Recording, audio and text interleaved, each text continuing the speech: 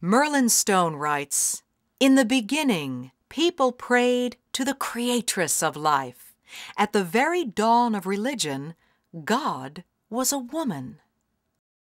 And in a survey of 150 cultures today, anthropologist Peggy Reeves Sanday found a strong contrast between societies that celebrated female power and those organized in terms of male dominance.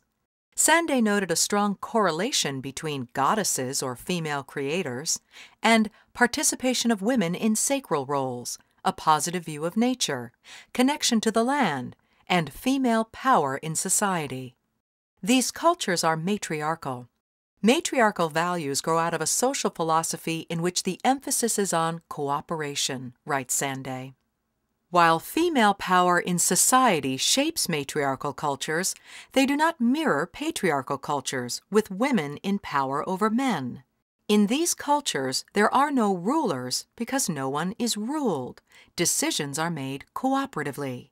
Matriarchal cultures value community, birthing, nurturing, empathy, creativity, intuitive intelligence, earth, nature, the eternal cycle of birth, growth, death, and renewal, general harmony, peaceful resolution of conflict, sensuality, sacred sexuality.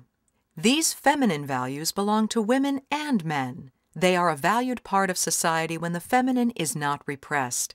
They are not women's tenets, they are society's. When woman is respected, nature is respected. The divine is understood to be embodied in every person and in nature, not out there somewhere, abstract and disembodied. Matriarchal cultures integrate strengths of the right hemisphere of the brain. The human brain has two hemispheres, right and left. Each person is unique and processes with both hemispheres. Generally, the right and left hemispheres specialize in particular skills. The right hemisphere of the brain is known as the feminine gatherer-nurturer hemisphere. Empathy, creativity, intuition, poetry, metaphor, synthesis, art, images, presence, and connection to all things, these skills are lateralized to the right. The left brain is known as the masculine hunter-killer hemisphere. It excels at linear reasoning. Its realm is the abstract, sequential, time-bound, analytical, and functional. The left brain handles alphabetic literacy. The orientation is as a separate individual, an I, in the world of separate things. Both hemispheres developed over the course of evolution to work in balance and integration. And yet today, we live in a world that is left brain dominant. We have prized the skills of the brilliant left hemispheres of our brains. But if either hemisphere is dominant over the other, we're going to be out of balance, and in turn, our culture will be out of balance. We can all see the glaring evidence of our imbalance. Cultures all over the world are structured as hierarchical, power-over systems.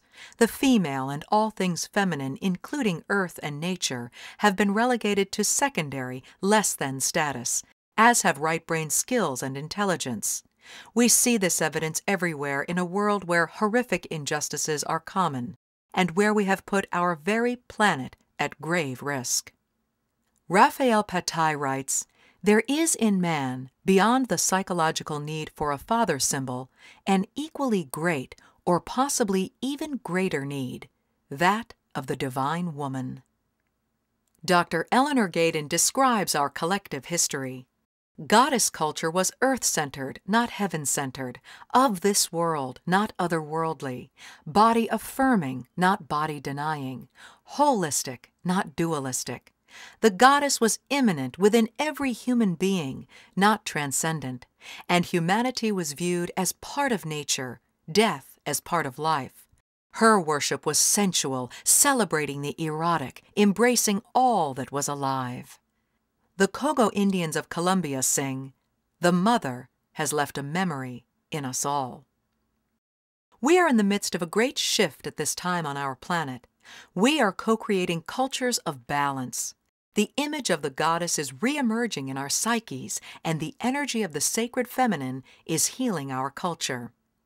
We are using the skills of the right brain more in everyday life. We stand at the edge of a new paradigm. We are its co-creators. Our thoughts, intentions, and actions are the blueprint for this new era. We have the potential to create a culture that is egalitarian and peaceful, moving us away from the hierarchical paradigm we've been in. You are part of this shift. Your unique skills, talents, and vision are part of this shift. There is much to be done, and if we are not vigilant in keeping ourselves strong, the state of our world and the sheer magnitude of pain, suffering, and environmental peril will overwhelm us before we even begin. Our strength lies in community. Join us, the women and men who are willing to hear the voice within that says there is another way. We can create a world of balance and peace, a sustainable world, a place where heaven meets earth. Join us.